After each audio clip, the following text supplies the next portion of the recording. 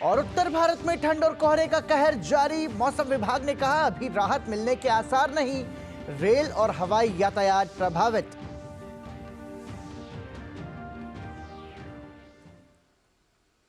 सुप्रभात, नमस्कार। आप देख रहे हैं डीडी न्यूज, आपके साथ मैं हूं पराक्रम सिंह शेखावत। उपराष्ट्रपति जगदीप धनखड़ आज भारतीय गणतंत्र के 75वें वर्ष के उपलक्ष्य में हमारा संविधान हमारा सम्मान अभियान का उद्घाटन करेंगे। 1 वर्ष तक चलने वाले इस अभियान के माध्यम से हर नागरिक को विभिन्न माध्यमों से इसमें शामिल होने का अवसर मिलेगा और ये उन्हें देश की लोकतांत्रिक यात्रा में सार्थक रूप से योगदान करने में सशक्त बनाएगा। कार्यक्रम के दौरान न्याय सेतु का शुभारंभ किया जाएगा, जो एक महत्वपूर्ण और परिवर्तनकारी पहल है जिसका उद्देश्य आखिरी सिरे तक कानूनी सेवाओं की पहुंच को बढ़ाना और विस्तारित करना है। इस कार्यक्रम के दौरान न्याय तक पहुंच पर योजना उपलब्धि पुस्तिका नवोन्मेषी समाधान से युक्त दिशा का भी विमोचन किया जाएगा।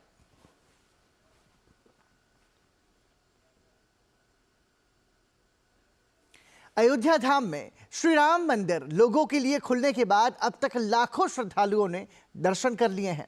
अयोध्या में भक्तों की भारी भीड़ देखी जा रही है। अवधपुरी राममय हो गई है।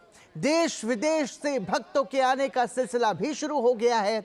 श्रद्धालु अपने रामलला की एक झलक पाने के लिए व्याकुल हैं। जय श्री राम के उद्घोष से गुंजायमान अवधपुरी में सुरक्षा व्यवस्था के पुख्ता इंतजाम किए गए हैं। कल मुख्यमंत्री योगी आदित्यनाथ ने अयोध्या में श्री राम जन्मभूमि मंदिर परिसर का हवाई सर्वेक्षण भी किया। जय श्री राम। हम लोग हरियाणा रोहतक से आए हैं जी, और हम लोग 10 तारीख से यहाँ पे आए हुए हैं और आज रात को हम 2 बजे यहाँ पे लाइन में लग गए थे।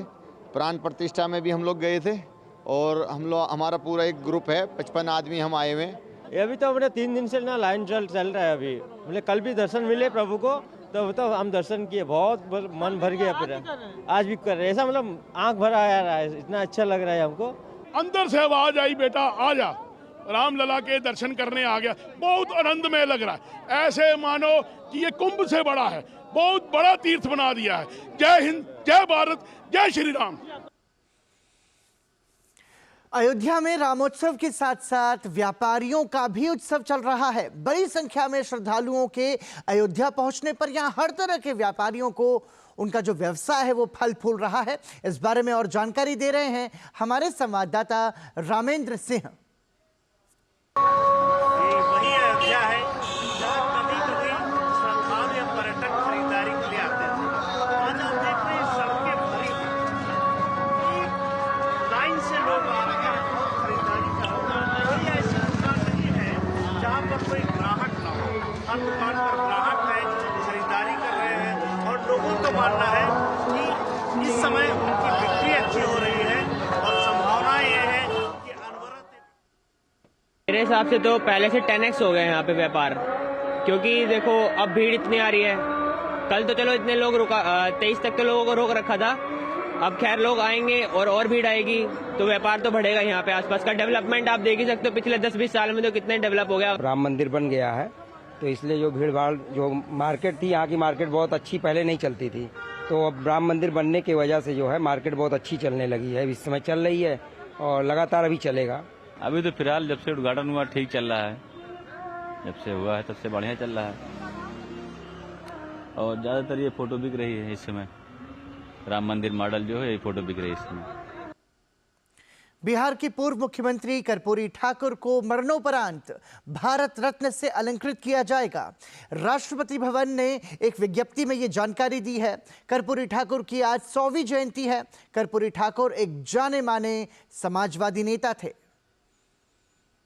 कर्पूरी ठाकुर की लोकप्रियता के कारण उन्हें जननायक कहा जाता है।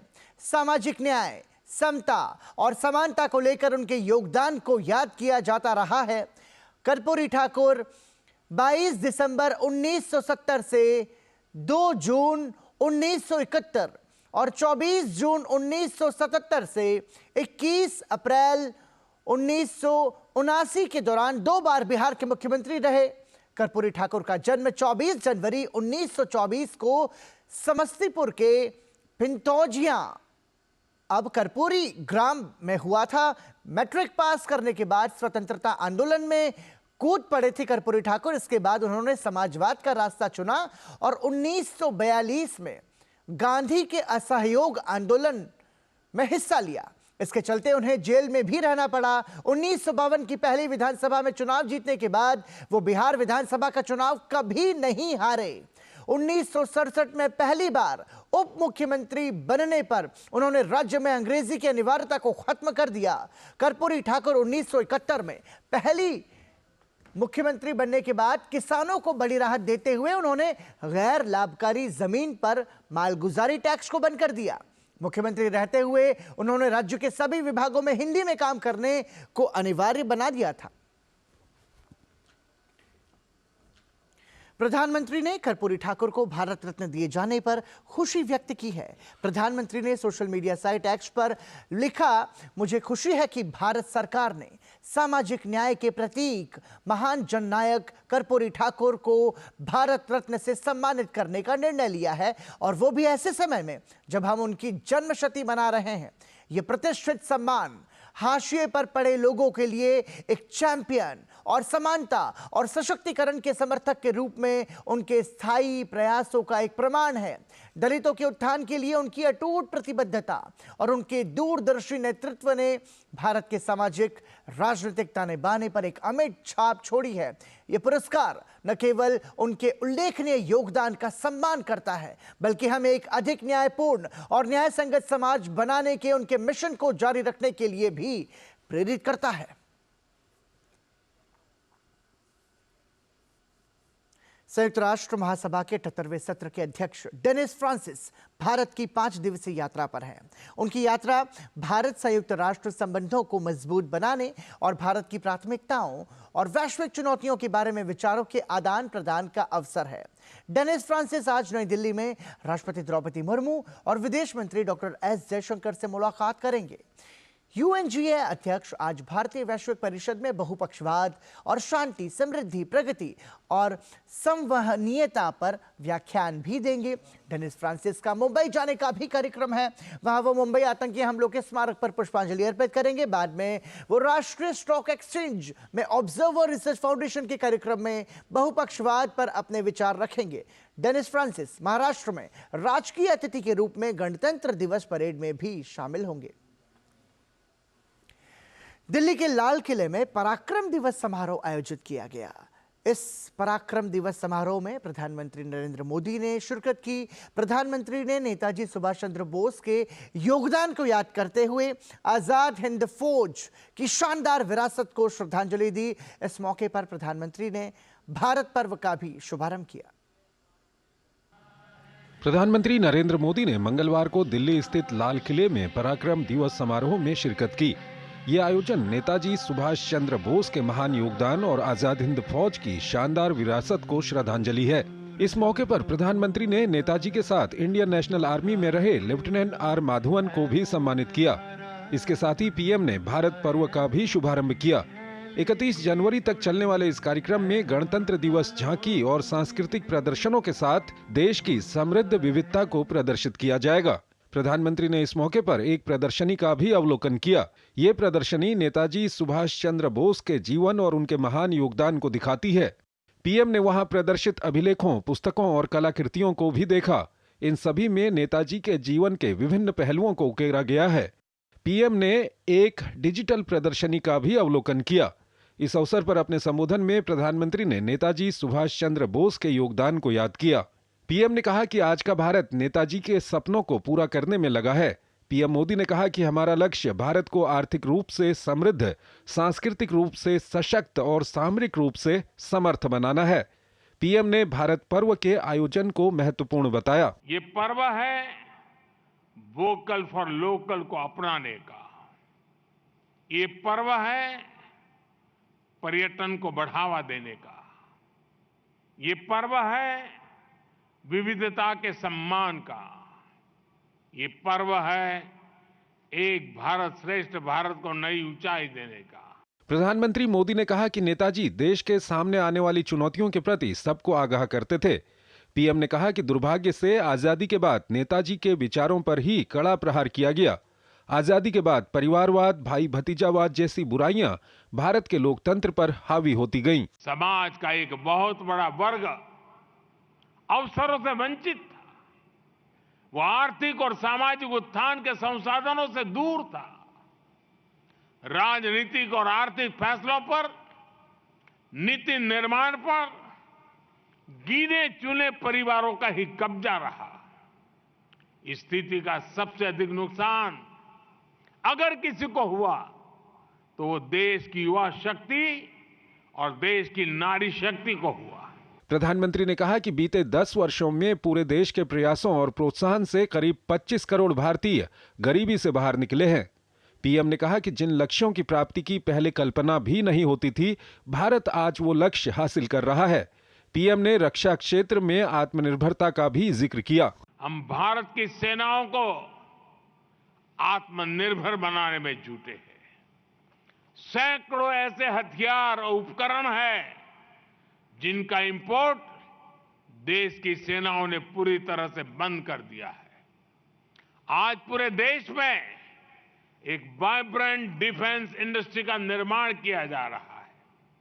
जो भारत कभी दुनिया का सबसे बड़ा डिफेंस इंपोर्टर था, वही भारत अब दुनिया के बड़े डिफेंस एक्सपोर्टर्स के रूप में शामिल हो रहा है। प्रधानमंत्री ने इस अवसर पर राष्ट्रीय नाट्य विद्यालय दिल्ली की एक प्रस्तुति भी देखी, जिसमें नेताजी के जीवन को दर्शाया गया।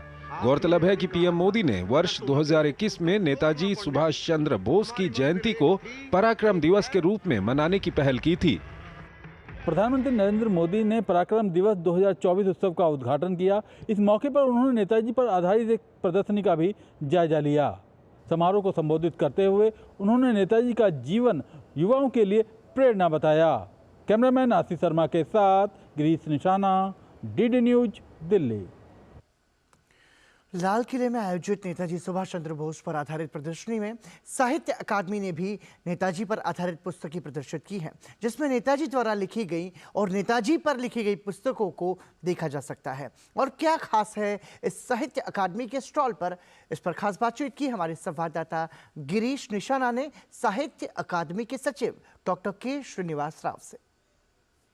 लाल किले के इस कार्यक्रम के अंदर साहित्य अकादमी भी अपनी भूमिका निभा रही है। किस तरह से हिस्सेदारी है साहित्य अकादमी की, इस पर ज़्यादा बात करने के लिए हमारे साथ मौजूद हैं साहित्य अकादमी के सचिव डॉक्टर के श्रीनिवास राव सर। सर, क्या दिखाने का प्रयास किया है साहित्य अकादमी को ये काम सौंपा गया है कि नेताजी के ऊपर लिखी गई किताब और नेताजी द्वारा लिखी गई किताब और ये सब पुस्तकों की प्रदर्शन, इसमें लगभग 160 से अधिक पुस्तक विभिन्न भारतीय भाषाओं में प्रदर्शित किया गया है। और उसके साथ साथ इन किताबों के अंदर जो मूल मतलब एक इम्पॉर्टेंट जो सुभाष जी ने जो कहा है या सुभाष जी के बारे में जो कहा गया है, उस पैनल्स की हम लोग प्रदर्शन लगा रहे हैं। टोटल ये प्रदर्शन देखते, पैनल्स को पढ़ते हमें ये समझ में आता है कि नेताजी सुभाष चंद्र बोस किस तरह उनका शिक्षा और दीक्षा और उसी तरह देशभक्ति और जिस तरह से वो अंग्रेज़ों से योद्धा करने की उनकी विचारधारा, अरविंद घोष,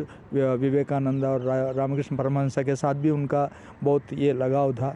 इस तरह का उनका अलग अलग पहलुओं के, उनकी जन्म से लेकर उनकी अलग अलग पहलुओं के कब कहा क्या किया, उस तरह की घटनाओं का भी इस प्रदर्शन में हम दिखाए गए हैं।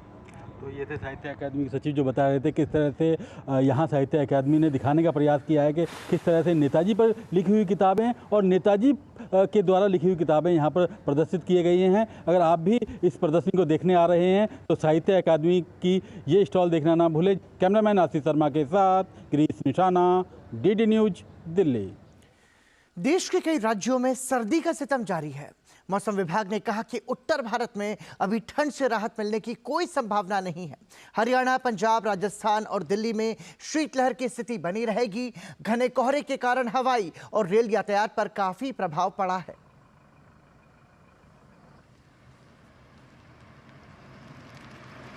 और आइए बात करते हैं परीक्षा पर चर्चा की।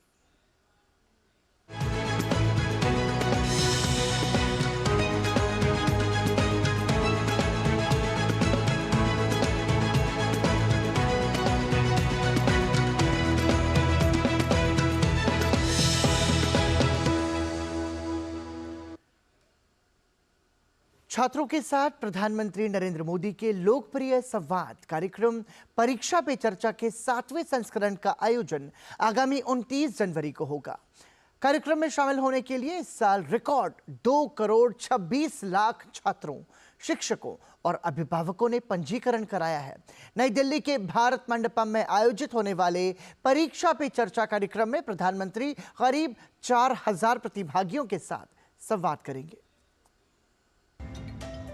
प्रधानमंत्री नरेंद्र मोदी विभिन्न अवसरों पर स्कूली छात्रों के साथ संवाद करने का मौका नहीं छोड़ते, पर परीक्षा पे चर्चा कार्यक्रम प्रधानमंत्री का सबसे पसंदीदा कार्यक्रम है, जिसके जरिए वो देश के अलावा विदेशों के छात्रों के साथ भी रूबरू होते हैं और उन्हें परीक्षा के तनाव से बेहतर तरीके से निपटने के गुर बताते हैं। परीक्षा पे चर्चा के 7वें संस्करण में आगामी 29 जनवरी को प्रधानमंत्री छात्रों के अलावा अभिभावकों और शिक्षकों के साथ भी संवाद करेंगे, ताकि छात्रों को उनकी सभी आकांक्षाओं और लक्ष्यों को पूरा करने में सक्षम बनाया जा सके। इस कार्यक्रम में शामिल होने के लिए गत 11 दिसंबर को MyGov पोर्टल पर परीक्षा पे चर्चा प्रतियोगिता 2024 की शुरुआत की गई। परीक्षा पे चर्चा को लेकर छात्रों के उत्साह का अंदाजा इसी बात से लगाया जा सकता है कि इस बार रिकॉर्ड 2 करोड़ 5 लाख से अधिक छात्रों ने कार्यक्रम में शामिल होने के लिए MyGov पोर्टल पर पंजीकरण कराया है। इसके अलावा करीब 15 लाख शिक्षकों और 5.5 लाख से अधिक अभिभावकों ने भी कार्यक्रम के लिए पंजीकरण कराया है। मैं हमारे प्रधानमंत्री श्रीमान नरेंद्र मोदी जी का बहुत तहे दिल से आभार प्रकट करती हूँ कि वह हम विद्यार्थियों से परीक्षा की चर्चा पर मिलकर हमारे सवालों का जवाब देते हैं और हमारा मार्गदर्शन करते हैं। और मैं बहुत एक्साइटेड हूँ आने वाली परीक्षा की चर्चा के लिए, जिससे वो हमारे प्रश्नों का हमें हल देंगे और अच्छी बातें बताकर हमारा मार्गदर्शन करेंगे और हमारी सहायता करेंगे। परीक्षा के समय हम सभी बच्चों के अंदर चिंताएं होती है, समस्याएं होती हैं और हम बच्चे अक्सर माता पिता से अपनी बातें कह नहीं सकते, परंतु हमारे माननीय श्री नरेंद्र मोदी जी जब हमसे परीक्षा पर चर्चा करते हैं तो हमारी सारी चिंताएं, हमारी सारी समस्याएं दूर कर देते हैं। इससे हम बच्चों को परीक्षा के समय बहुत सांत्वना मिलती है और समस्याओं को समाधान करने का तरीका मिलता है। नई दिल्ली के भारत मंडपम में आयोजित होने वाले परीक्षा पे चर्चा कार्यक्रम में प्रधानमंत्री करीब 4000 प्रतिभागियों के साथ संवाद करेंगे। कार्यक्रम से पहले 12 से 23 जनवरी तक देश भर के स्कूलों में कई गतिविधियों का आयोजन किया गया। इनमें मैराथन दौड़, संगीत प्रतियोगिता, मीम प्रतियोगिता, नुक्कड़ नाटक और छात्र एंकर, छात्र अतिथि चर्चा जैसी गतिविधियां शामिल हैं। 2018 में शुरू हुआ परीक्षा पे चर्चा कार्यक्रम छात्रों के बीच बेहद लोकप्रिय है और उन्हें इस कार्यक्रम के जरिए प्रधानमंत्री को सुनने का बेसब्री से इंतजार रहता है। बच्चों में परीक्षा के तनाव को दूर करने, उनके सपनों को नई उड़ान देने और उन्हें एग्जाम वॉरियर बनाने में ये कार्यक्रम काफी मददगार साबित हुआ है। निशांत सौरभ की report, DD news. Narmada Madhya Pradesh की जीवन रेखा। इस नर्मदा नदी पर वैसे तो कई बांध बने हैं, लेकिन खास है ओंकारेश्वर बांध। ओंकारेश्वर बांध के रिजर्वायर क्षेत्र यानी कि जलाशय पर बन रहा है विश्व का सबसे बड़ा तैरता हुआ पावर प्लांट। मध्य प्रदेश के ओंकारेश्वर बांध से नर्मदा नदी पर निर्मित जलाशय पर बन रहा सोलर फ्लोटिंग प्लांट विश्व का सबसे बड़ा तैरता सोलर प्लांट है। इसकी क्षमता 600 मेगावाट बिजली उत्पादन की होगी। पहले चरण में 278 मेगावाट बिजली का उत्पादन किया जाएगा, जो मध्य प्रदेश विद्युत मंडल के माध्यम से आसपास के क्षेत्र में वितरित की जाएगी। DD न्यूज की टीम ने इस प्रोजेक्ट की जानकारी दर्शकों तक पहुंचाने के लिए प्लांट का जायजा लिया और एक्सपर्ट से भी बात की। हम इस वक्त मौजूद हैं रिजर्व वाटर एरिया के ओंकारेश्वर स्थित सोलर फ्लोटिंग प्लांट में। आइए जायजा लेते हैं किस तरह यहाँ पर बिजली का उत्पादन होता है, किस तरह से काम हो रहा है और क्या क्या इस प्लांट की कार्यप्रणाली है। 600 मेगावाट का सोलर पावर प्लांट एस्टेब्लिश हो रहा है, जिसमें कि फर्स्ट फेज़ और सेकंड फेज़ में काम हो रहा है। अभी जो हो रहा है वो 300 मेगावाट फर्स्ट फेज़ का हम इसमें एग्जीक्यूशन प्लान कर रहे हैं। अच्छा, अभी भी हम इसको क्लाइमेट चेंज और एनवायरनमेंट के यदि पॉइंट ऑफ व्यू से हम बात करते हैं तो यही प्लांट लगाने के लिए 1400 टू 1800 एकर्स का रिक्वायरमेंट होता है लैंड का। यदि यह रिजर्वायर जो है वो आइडियल है और कंट्रोल्ड है। इसके पीछे भी एक और डैम है जो कि पूरा जो वाटर लेवल है वो हम कंट्रोल रखते हैं इससे। इसका निर्माण 2 फेज में होना है। पहले फेज का काम यहां पर चल रहा है, जहां पर कुल 3 साइट्स पर काम चल रहा है। इसमें ग्राउंड वर्क का करीब 90% काम पूरा हो चुका है।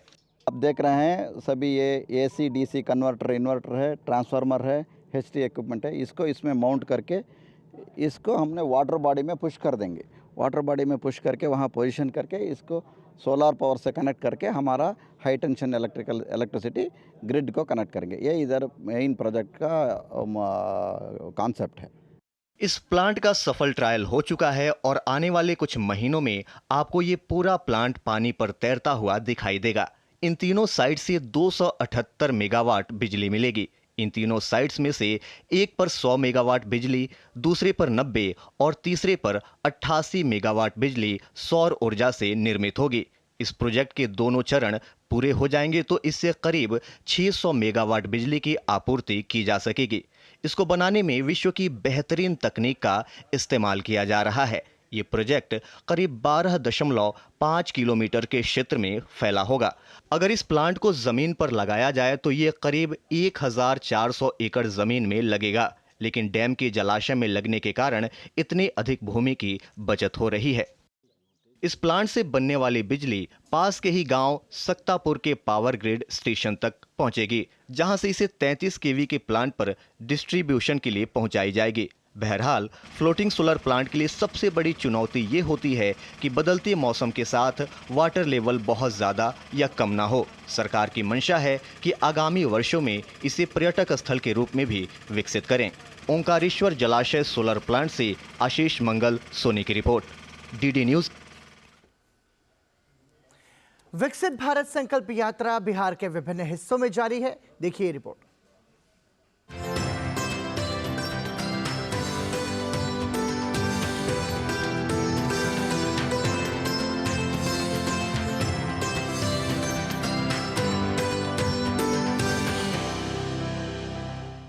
विकसित भारत संकल्प यात्रा प्रदेश में केंद्रीय योजनाओं के प्रति लोगों को जागरूक कर रही है। इसी कड़ी में विकसित भारत संकल्प यात्रा रथ पटना जिले के बेलछी प्रखंड की बराह पंचायत पहुंचा। LED स्क्रीन के माध्यम से यहां लोगों को आयुष्मान भारत योजना, गरीब कल्याण अन्न योजना, उज्ज्वला और PM विश्वकर्मा योजना समेत कई योजनाओं के बारे में जानकारी दी गई। किशनगंज जिले के नगर परिषद रुईधासा खेल मैदान में विकसित भारत संकल्प यात्रा रथ पहुंचा। लोगों के बीच केंद्र सरकार की योजनाओं से संबंधित कैलेंडर वितरित किए गए। ड्रोन के माध्यम से नवीनतम खेती की तकनीक और उर्वरक के छिड़काव के बारे में बताया गया। वार्ड पार्षद सुशांत गोप ने बताया कि लोगों को केंद्र सरकार की योजनाओं के बारे में जानकारियां दी गई। मोदी की गारंटी वाला रथ पूर्णिया जिले की राहुआ पंचायत पहुंचा। इस अवसर पर बड़ी संख्या में ग्रामीणों ने स्वास्थ्य जांच करवाई।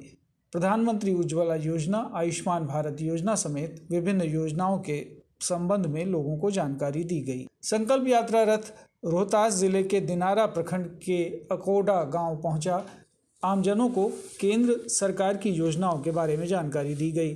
केंद्रीय मंत्री अश्विनी चौबे ने कहा कि पहले यह यात्रा 25 जनवरी तक के लिए ही तय थी, लेकिन देश भर के लोगों के बीच से आ रही मांग के कारण इसे और बढ़ा दिया गया है। मोदी की गारंटी वाली गाड़ी से लाभ क्या है?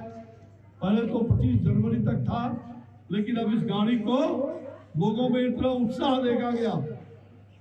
लोग कहते हैं कि हमें और चाहिए ताकि हमारा लाभ, और जिसको इस बार लाभ नहीं मिल रहा है उसको अगले बार तो गारंटी है। भोजपुर के तरारी प्रखंड की चकिया पंचायत में विकसित भारत संकल्प यात्रा रथ पहुंचा। लोगों को 2047 तक भारत को विकसित राष्ट्र बनाने की शपथ दिलाई गई। हम संकल्प लेते हैं भारत देश को 2047 तक विकसित और आत्मनिर्भर देश बनाने के सपने को साकार करेंगे। विभिन्न जिलों में रथ पहुंचने के दौरान हमारी मुलाकात अनेक लाभार्थियों से हुई। आइए जानते हैं उनकी कहानी उन्हीं की जुबानी। सुविधा के लिए जो डॉक्टर साहब आए हुए हैं और इसमें स्मार्ट कार्ड के विषय में भी बोल रहे हैं और बन भी रहे हैं। मेरा भी बन गया। कैसा महसूस कर रही है? बहुत अच्छा लगा। प्रधानमंत्री जी का धन्यवाद करना चाहते हैं कि ये स्कीम निकाले। हम लोग को पहले चूल्हा में बनाने में बहुत दिक्कत होती थी, जलावन लाओ कच्चा है तो धुआं होता था, आँख में भी असर पड़ता था। लेकिन जब से मोदी जी ये उज्ज्वला गैस योजना निकाले हैं तब से मुझे ही नहीं, प्रत्येक महिला को जिसका घर में नहीं था सबको ने किसका लाभ मिला है। किसान हूँ, 6,000 रुपया जो मिलता है मोदी सरकार का योजना का, सो बहुत लाभकारी योजना है। समय समय पर उससे खाद बीज लिया जाता है, बहुत मदद होता है। खेती में बहुत प्रॉब्लम है लेकिन वो पैसा बहुत काम आता है। मोदी की गारंटी वाला रथ जहां भी जा रहा है, लोग न केवल केंद्र सरकार की योजनाओं से परिचित हो रहे हैं बल्कि उसका लाभ भी उठा रहे हैं। ब्यूरो रिपोर्ट, दूरदर्शन समाचार, पटना। और समाचार में अभी के लिए इतना ही। ठीक 8 बजे हमारे साथ जरूर देखिए नया सवेरा। नमस्कार।